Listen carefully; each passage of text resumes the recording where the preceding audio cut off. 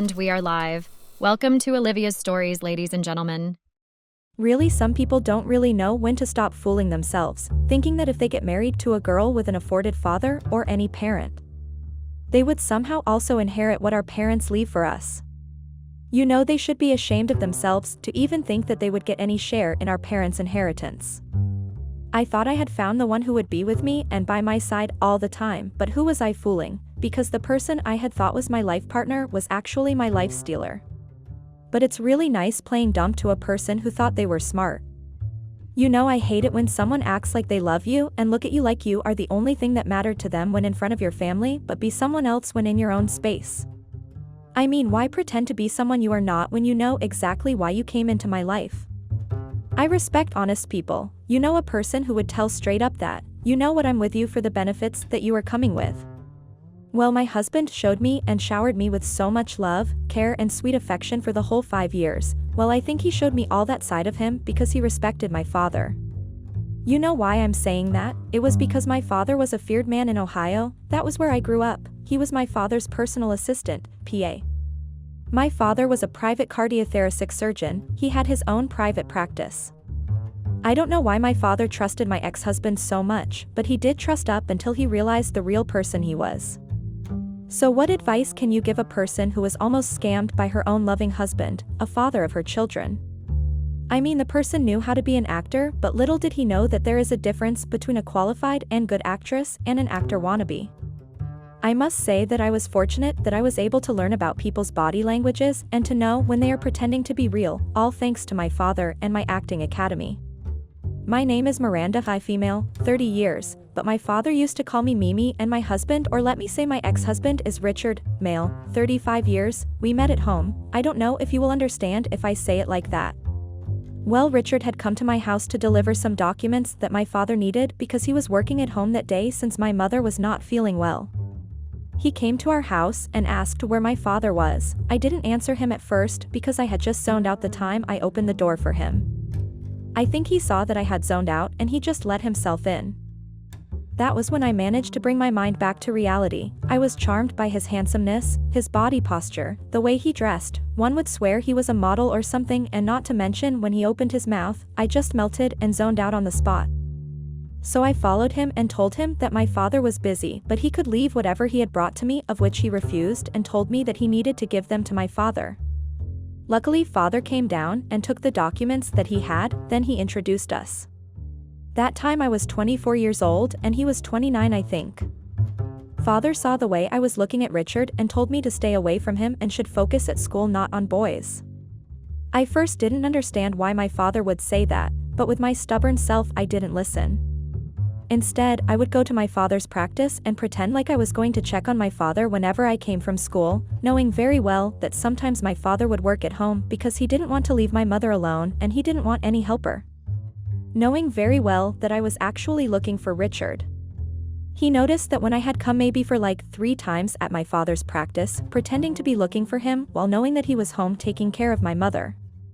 He asked why I kept coming to the office while I knew that my father was working from home. I told him that I didn't know that he was at home. I thought he had come to work to operate on someone, maybe, because he would only go to work if there was a patient that needed his special operation and their condition was serious. I knew that he didn't believe my lie, but I didn't care because I wouldn't tell a guy that I had come to see them. So the guy just suggested that I should give him my contact numbers so he can tell me when my father would be available so that I won't keep coming to the office for nothing. I didn't ask him many questions, I just gave him my numbers, and he gave me a call later that day saying he was just checking up on me. My heart was filled with so much joy when he called. Since then he kept checking up on me either through calls or text messages.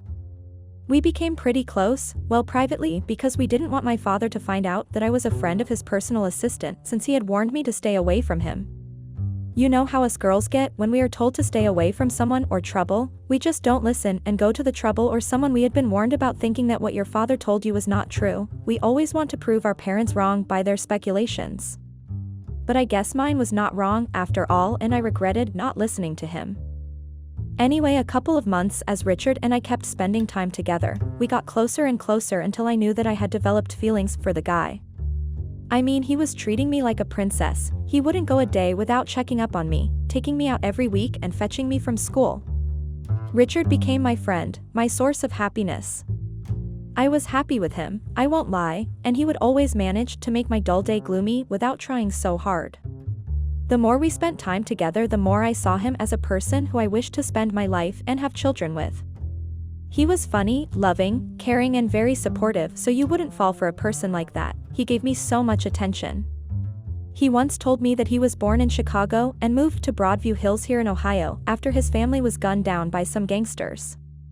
His story was really heartbreaking, but despite everything I loved about him, he told me that he wasn't perfect and I should expect that he might make mistakes along the way, but that won't mean he didn't love me. 6 or 7 months later, I don't remember well, he proposed.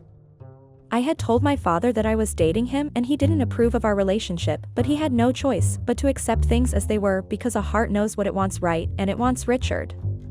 We got married during summer holidays after my graduation at Howard School of Acting.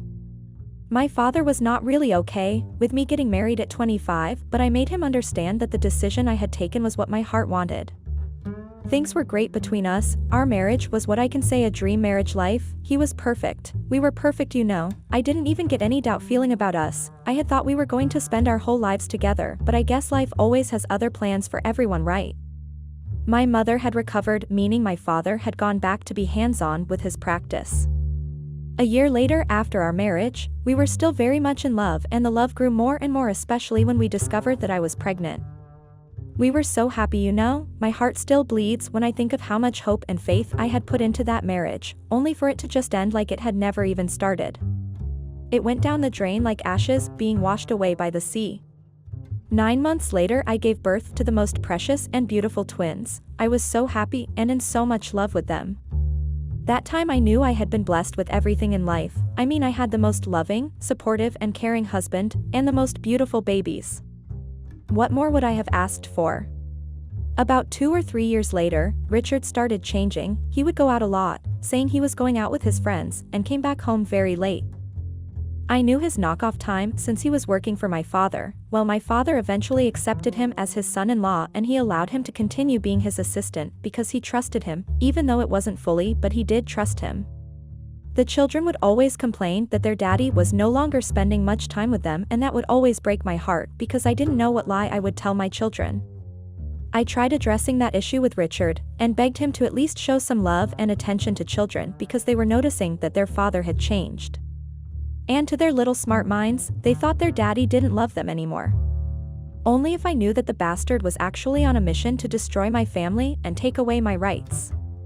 He promised to change and told me a lame and lousy excuse that my father was giving him so much work, so that was why he would come back late because he didn't want any destruction and would leave the office before he gets done with everything. He became the father that my children wanted for a couple of weeks until he changed and went back to his old self. I didn't know what to do anymore, so I told my father what had been happening in my marriage. I had a glimpse of hope that my father would be able to get through to him and become the husband to me and a father to our children, since Richard respected my father, as he said he was, or pretended to be respectful towards my father. I gave all my hope to my father, but the man didn't change everything that he was doing, he made them worse, from coming home very late and going out a lot with his friends. He became the person I didn't know and couldn't recognize. He was no longer coming back home, and came back home with a lousy excuse that he had slept at his friend's house. They had a lot to drink, so he ended up spending the night there. So as a qualified actress, I had learned about people's postures and body languages. I knew when a person was lying, and Richard was lying straight to my face. After some time, I saw that there was no change in his behavior. I took my children to my parents' house, not because I wanted to try and fix my marriage with Richard, but I wanted to find out about his behavior. My conscience was telling me that he was doing something that he knew I wouldn't approve of, or something that would jeopardize our marriage. Cheating was the first thing that came to my mind when he started going out a lot and not coming back home or even trying to spend some time with our children. Something was definitely off with him, and I knew I needed to find out what it was. Weeks passed and I saw that Richard was not changing his behavior, so I got a private investigator. I couldn't shake off the feeling that he was doing something that would definitely jeopardize our marriage. Things got too bad to a point that I was no different than single mothers. My husband was there, but he was not there. I don't know if you understand what I'm trying to say. Everything was just too much for me to bear. The children were so handful and would sometimes ask for their father, and I had to lie for him every single day. You know the pain of having to lie to your children, telling them that their father was busy at work even when you know deep down that he knocks off early and goes to wherever he spends most of his time with whoever he was spending time with. I loved my husband, but what he was doing to me was really what I never signed up for, and I needed to know what he was getting up to before I jumped into conclusions. I didn't even want to tell my parents about my marital problems until I knew what had been happening with the person I had married. A private investigator got back to me after some time of waiting, and the things he found out were really heartbreaking. I just couldn't believe that Richard, the man I loved and married, was actually the very same man who was plotting on destroying and betraying the person who helped him. I also found out the most criminating things he once did in Chicago before he moved to Ohio.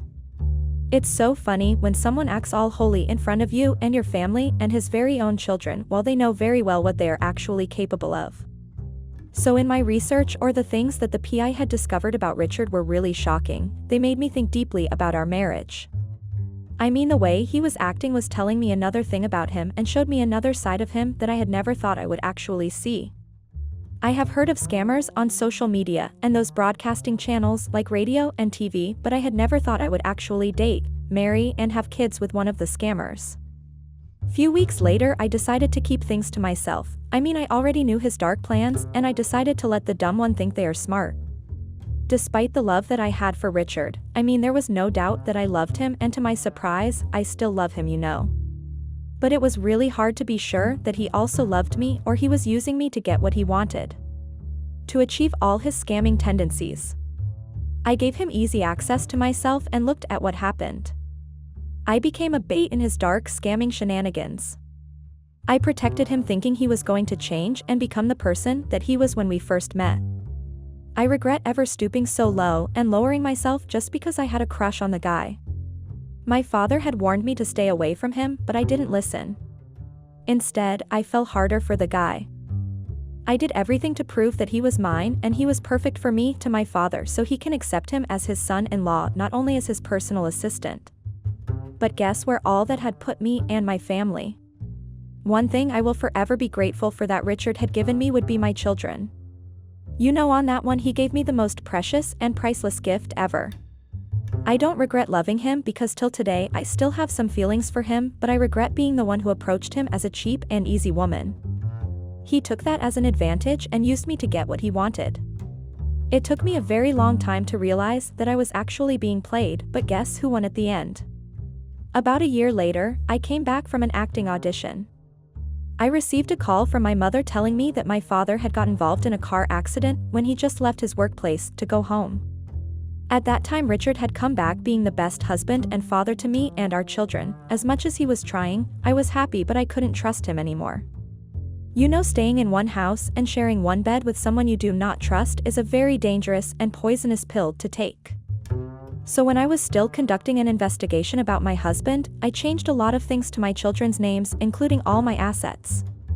I didn't know what he would do to me to get all the things that I had worked hard for and my savings that I had saved from my father.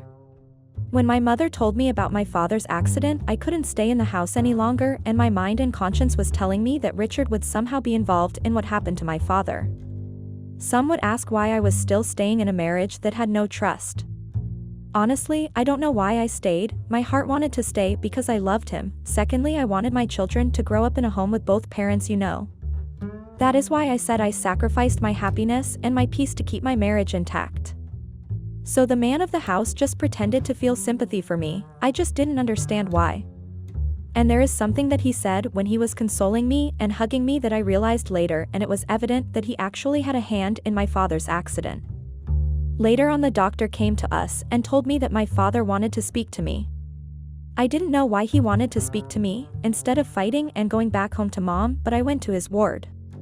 And what he told me was what I had already known about Richard being a scammer, but what surprised me was when he told me that he had a plan to terminate my father, then take over everything he had worked hard for. He told me that during his own research he found out that Richard actually had a fiancée back in Chicago whom he left her pregnant and came here to make money or to scam more people so he can go back to his hometown and take his fiancée and relocate to another state. So Richard found out about what my father had discovered, so he tampered with my father's car tires because my father wanted to take the evidence he had found and take it to the OPD, Ohio Police Department. That was when my father got into that accident. My father's last words before he closed his eyes for the last time were, "Please make sure that you take good care of my assets, my practice, and everything, because your greedy and manipulative husband had tried to trick me to sign off everything including my house to him." Luckily, I had already called my lawyer to change everything and asked for a fake form similar to the one that Richard wanted to trick him with and signed it. Meaning that Richard thought he had one, but he didn't do his research and he was the dumbest person I had ever come across, though I still had some love for him. So after an hour of speaking to my father, he also spoke to his wife, who was the last person to speak to him. When we left the hospital, my mother was no longer the same. She was broken, which was understandable. But I admired Dad's bravery and last fight to be able to speak his last words and warn me about Richard. He had always been warning me, but I was too blinded by love to a point that I didn't even see when I was putting myself in danger. The passing of my father made me somehow feel like everything was my fault. I mean, if I had listened to him, surely he would still be alive. I lived with the guilt for months, but it didn't help me. Instead, it drove me to the depression state. So on the day of my father's funeral, Richard had been the most loving, caring, and supportive husband ever. Not that I didn't appreciate his love and support, but whenever I looked at him, I would think of my father's words. I had developed some love and hate for my husband. I was no longer comfortable and free around him. Is that even normal? So after my father's funeral, my father's lawyer had already told us that my father had changed his will. The family gathered at my childhood home, a charming Victorian house that held years of cherished memories. So during the reading of the will, my father's legal representative announced that I had gotten a house and a 50% share of all his assets, of which the other 50 would be left with Mom. Since we were a small family, it was fair what my father had left for us. When the lawyer mentioned the house, I saw Richard smirking. I didn't understand why he was doing that, but I knew that he thought he had one. After the reading of the will, Richard and I, along with the kids, went back to our house. Right after we had entered the house, he told me that he wanted to speak to me about something, and then he asked me how I felt. I got really confused at first because he knew that I had lost a parent and he had the nerve to ask how I was feeling. Obviously, I was heartbroken, shuddered, angry, and everything. He continued by asking how I felt about the fact that he took my father's house that I had inherited. I just acted dumb and asked him what he was talking about. So he told me that the house my father had left for me, or thought he had left for me, was his. My eyes widened in disbelief, and a moment of silence hung in the air. Then, unexpectedly, I burst into laughter. I just couldn't help it, because I had thought he was going to change his statement and say he was joking, but he wasn't. I didn't know that my husband would stoop so low and want to take over someone else's house. It was just hilarious. I continued laughing at him until his face changed from a smirk to red. What he had told me was just so funny to me because I knew the truth. Richard looked at me, perplexed by my reaction.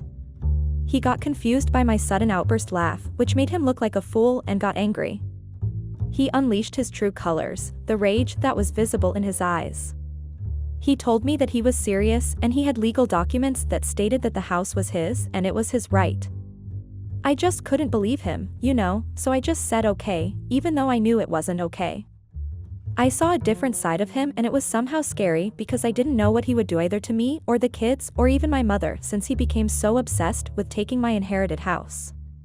He became a whole different person, and I really thought of the worst, but instead he just went away to only God knew where he went to. A week later, reality started kicking in. I was in so much denial that my father was no more. I wouldn't mention the state my mother was in. It was heartbreaking to see her drowning in depression like that. I had thought I would lose her also. Everything was just overwhelming and too much to bear. I missed and needed my father and his advice, but the bastard that I had married decided to act God in my father's life. The house was in so much peace without him in the house, even though the kids ask about him, but I would tell them that he had gone to a business trip. I was not okay, my heart was not okay. I wanted to be there for my mother, but I didn't know how to because I was also in denial of my father's passing.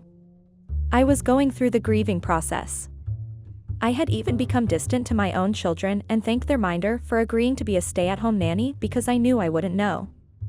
I mean, one side I was dealing with the fact that my beloved and caring husband was actually with me for his own selfish benefits, while on the other side I felt like I had failed my father. I had evidence and long knew what Richard had been up to, but I chose to keep quiet and have faith that Richard would change and be the husband that I had fallen in love with and married. The father of my kids, but where did that get me? It took my father away from me, it stole my children's granddad and my mother's husband. I couldn't help but feel guilty about everything. I let my heart lead me astray. I should have listened to my mind and conscience, but no, I used my love for him to hide the selfish behavior that my husband was plotting against my father. Weeks passed. I think about 2 or 3 weeks passed. Richard came back home and it was somehow awkward to be in his presence. I didn't know how to act around him, though the kids were happy to have their father back home. The following days were filled with tense discussions and legal consultations. Richard had suggested that and I agreed to prove him wrong. I was determined to uncover the truth behind my father's will. Though I knew the truth, while Richard was also sure that the house was his, I had no power and energy to fight over my father's house, but I had to think of my mother. So one day I went home to check if my father had left any letters or a title deed maybe. As I delved into my father's personal effects, I stumbled upon a series of heartfelt letters he had written to me that even my mother didn't even know of. These letters detailed his unwavering love for me and his desire for my happiness. I knew my father loved me, but I didn't know it was that deep. Till today, I would read them whenever I feel like I miss my father. They make me emotional every time I read them. Anyway, I went home, armed with this newfound evidence. I confronted Richard once again. This time, my laughter had transformed into a calm resolve. I handed him the letters, my eyes glistening with determination. So I told him that I knew that he was trying to claim what he thought was rightfully his, but these letters proved otherwise. My father's love for me was unconditional, and the house was his gift to me. So I wouldn't let anyone take that away from me no matter what. Richard read the letters in silence, his face turning pale with realization. The truth had finally dawned on him, and he felt a deep sense of guilt for doubting my inheritance. After he saw that his lies and deceit didn't work out as he thought it would, he started acting all remorse and apologizing. I didn't buy his apology. I knew it was not genuine and truthful because I had found out the truth about him and his past. He told me how sorry he was and that he had let his own desires blind him to a point that he was driven by his greediness and couldn't use his mind. As much as I was angry at him and didn't trust him, I thought of every good thing he had done for me, plus my love for him couldn't let me get angry at him for a long time. I know my father had warned me about him and I had also found out about his past, but I needed him, our kids needed him, so I somehow forgave him and gave him another chance in our lives. From that day on, Richard and I worked together to rebuild the trust that had been shaken. We even transformed the house into a sanctuary of love and laughter, where our bond grew stronger with each passing day. Though my heart had its own doubts, I gave him the benefit of it. And so, in the face of adversity, my laughter became a symbol of my resilience and unwavering spirit. I had learned to find humor even in the most challenging of situations, reminding myself and those around me that life's obstacles could be overcome with love, understanding, and a touch of laughter. We decided to start a couples therapy, which was going to help us regain our trust and bring back the love we once shared.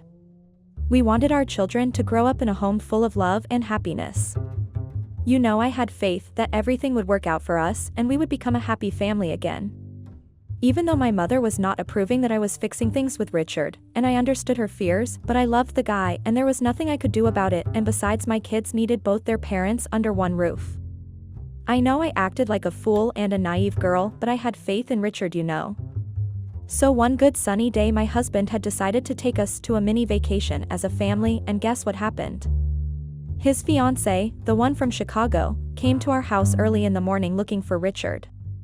She came guns blazing ready to fight. Luckily Richard was there to sort out his issues with his fiancée/baby mama, or whatever that she was.